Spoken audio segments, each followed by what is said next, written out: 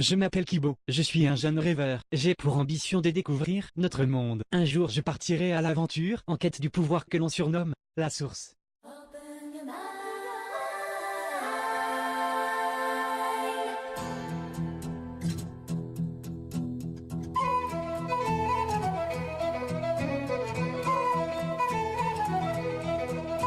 深い青の世界越えて巡り合う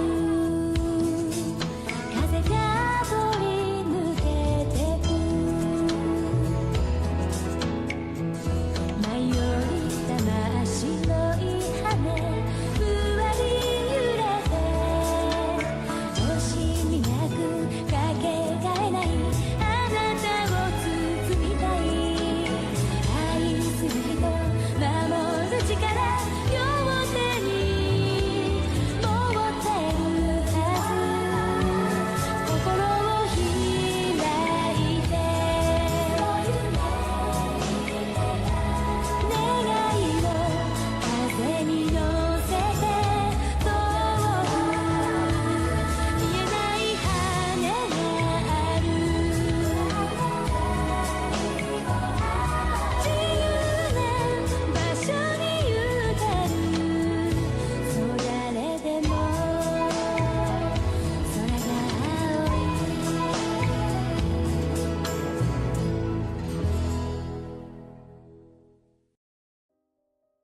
Il était une fois, dans le monde que certains appellent Iluri, une légende sur une force incroyable, qui se trouve en haut de la plus haute montagne.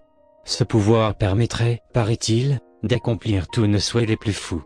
On le surnomme la source. Malheureusement il y a eu, de nombreuses guerres pour atteindre ce pouvoir. Et plusieurs factions se sont divisées par race. Les humains, les elfes, les lézards, les nains et bien d'autres. Mais il existe malgré tout, des endroits paisibles où de nombreuses races vivent entre elles. C'est dans le petit village de Evi, que est né notre héros, Kibo, qui va vivre une vie pour le moins hors du commun. Dans ce petit bout de paradis paisible, vivaient en communauté toutes les races, qui s'amusaient, travaillaient ensemble et même s'entraidaient dans les moments difficiles. Il y avait beaucoup de commerce, des ressources du monde entier.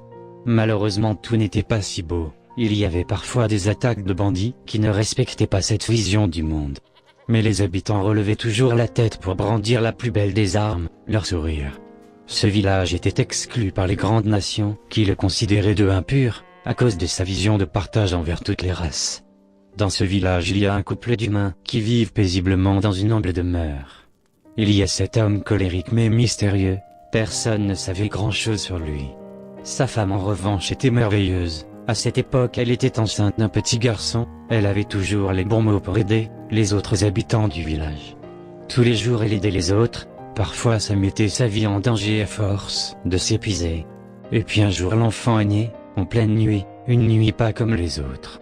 En effet, il y a eu une lune rouge, d'une couleur sanglante qui a rayonné toute la nuit.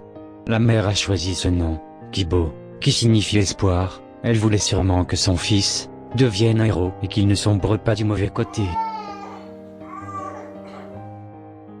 Peu de temps après sa naissance son père l'a abandonné sans aucune raison apparente. Peut-être était-il terrifié par cet enfant maudit. Ce fut un coup dur pour la mère qui eut beaucoup de mal pour nourrir Kibo. Le petit garçon a toujours continué de sourire, peu importe les jours difficiles. Kibo, ce jeune garçon plein de rêves, a grandi paisiblement malgré tout. Mais les gens ne l'aimaient pas. Car d'après les légendes communes, naître le jour d'une lune rouge, n'apporte que le malheur. Il était donc évité par tout le monde. Mais il y a eu cette petite fille de son âge, qui le rendait heureux. Elle passait son temps à trouver un moyen, de rendre visite au petit garçon. Les deux enfants étaient inséparables. Jusqu'à ce jour. Quand Kibo a eu ses 7 ans, une lune rouge est apparue pendant la nuit, cette fois-ci il pleuvait. Il y avait une tempête horrible. Le vent soufflait fort. Et puis l'horreur a commencé.